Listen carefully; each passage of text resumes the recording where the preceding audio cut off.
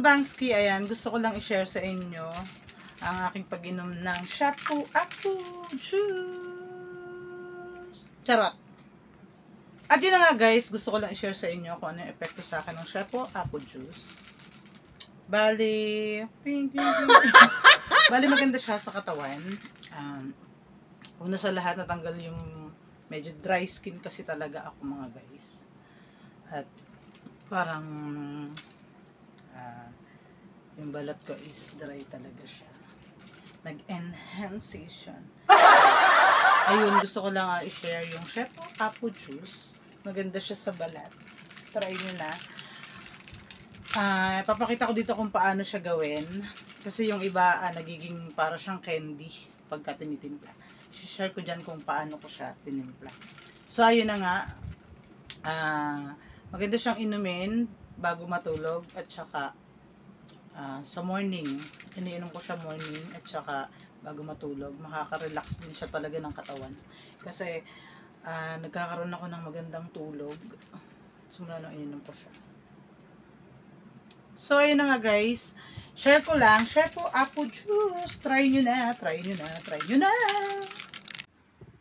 At yun na nga mga kabangski, dito ipapakita ko sa inyo kung paano ako magtimpla ng Shampoo Apple. Una sa lahat, syempre ilalagay natin sa lagayan. Oh my God. Ano ba? At pagkalagay natin sa lagayan, itataktak muna natin ang bahagya, syempre, para naman di masayang yung bawat hibla niya. At pagkatapos, lalagyan natin siya ng kaunting hot water para hindi siya magbuo-buo pag nilagyan natin siya ng tubig na malamig. So, ayan, nilagyan ko siya dyan. Halo-halo, halo-halo, halo-halo ng konting-konti lang, baka magtalsikan. Ayan siya. So, natunaw na siya. At pagkatapos, syempre, lalagyan natin siya ng 250 ml na water, yung malamig po siya. Kahit yung hindi naman siya malamig, kasi lalagyan ko siya ng yelo. Ayan siya, nilagyan ko na siya. Hindi pa pala, lalagyan ko pala. Ano ba? Ayan, 250 ml po yan na tubig. So, ayan, nakikita nyo naman siguro at nakikita nyo naman. Ano ba? So, ayan mga kabangski, lalagyan ko na siya ng ice. Dinadamihan ko yung ice para mas feel ko yung freshness. O, diba? May mga freshness factor pa siya. Nilalaman. At after nyo nga palang inumin to, mga kabangski, ay busog na busog talaga kayo. May busog factor siya, kaya hindi kayo basta-basta magugutom. Di bali na lang kung talagang matsakaw kayo. Oh my God! So, ayun mga kabangski, bali 1 week ko pa lang siyang iniinom. Tingnan natin next week kung ano pang mas magandang mangyayari. Kasi sa ngayon mga kabangski, medyo nawawala na yung pagka-dry ng mga balat ko. Kasi dry po talaga yung balat ko. I mean, hindi kasi ako mahilig sa tubig dati nung kabataan ko. Alam mo yun? Ayan. Ngayon, fresh na freshness na siya. So, para lang siya talagang tinimpla mo yung juice. Ganun. Masarap siya.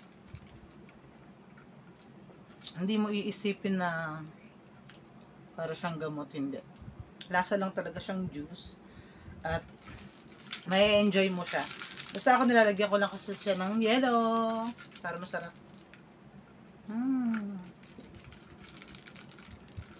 Shampoo Apple.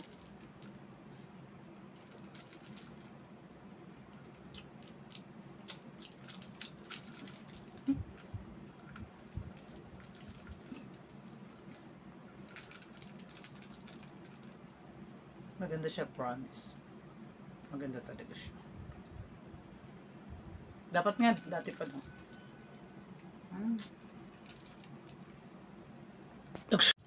Bali guys, eto siya. Sinubukan ko talaga siya kasi dry skin talaga ako. Kaya nag-try talaga ako kasi gusto ko din malaman kung ano ba talaga, kung effective ba siya sa akin. So, ayan.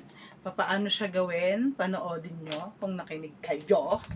Eto siya.